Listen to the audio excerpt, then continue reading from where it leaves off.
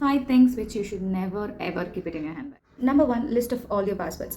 பாஸ்வேர்ட்ஸை மட்டும் எக்காரணத்து கொண்டும் உங்களோட பேக்கில் வைக்காதீங்க. ஒரு சின்ன நோட் போட்டு வச்சுக்கலாம், ஒரு சின்ன சிப் போட்டு வச்சுக்கலாம் அப்படின்னா மட்டும் அதை பண்ணிடாதீங்க.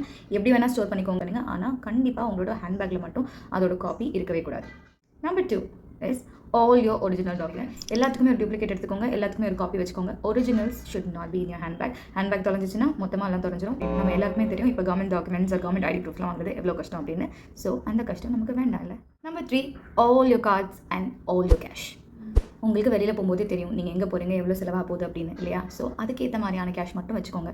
அண்ட் எல்லா கார்ட்ஸ், உங்கள் டெபிட் கார்டு, கிரெடிட் கார்டு எல்லாமே கேரி பண்ணணும், எந்த அவசியமும் இல்லை. எது நீங்கள் அப்பப்போ யூஸ் பண்ணுவீங்களோ அதை மட்டும் வச்சுக்கோங்க போதும். ஸோ இதுவும் ரொம்ப முக்கியம். நம்பர் 4, உங்கள் entire range of makeup collection. Lipstick எனக்கு என்ன போட்டிருக்கீங்க, ரெட் கலர் லிப்ஸ்டிக்னா அந்த ரெட் கலர் லிப்ஸ்டிக் மட்டும் எடுத்துக்கோங்க. உங்ககிட்ட இருக்க 10 லிப்ஸ்டிக்கும் எடுத்துக்கணும்னு அவசியம் இல்லை. அதே மாதிரி உங்கள் கவுண்டர், உங்கள் கன்சீலர், உங்கள் ஃபவுண்டேஷன் எல்லாமே வேணும்னு அவசியம் இல்லை.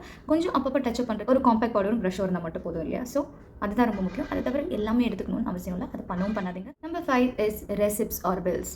நம்ம எல்லாம் நினைப்போம் ரெசிப்ட் தானே, பில்லு தானே, அதில் என்ன இருக்குது அப்படின்னு.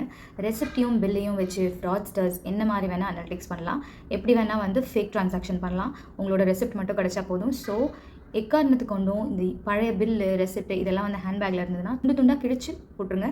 வீட்டில் கூட வச்சுக்கோங்க, ஆனால் அது உங்கள் ஹேண்ட்பேக்கில் மறந்து கூட கேரி பண்ணாதீங்க. இதுவும் ரொம்ப முக்கியம். வீடியோ பிடிச்சிருந்தா சேவ் பண்ணுங்கள், உங்கள் ஃப்ரெண்ட்ஸுக்கு ஷேர் பண்ணுங்கள்.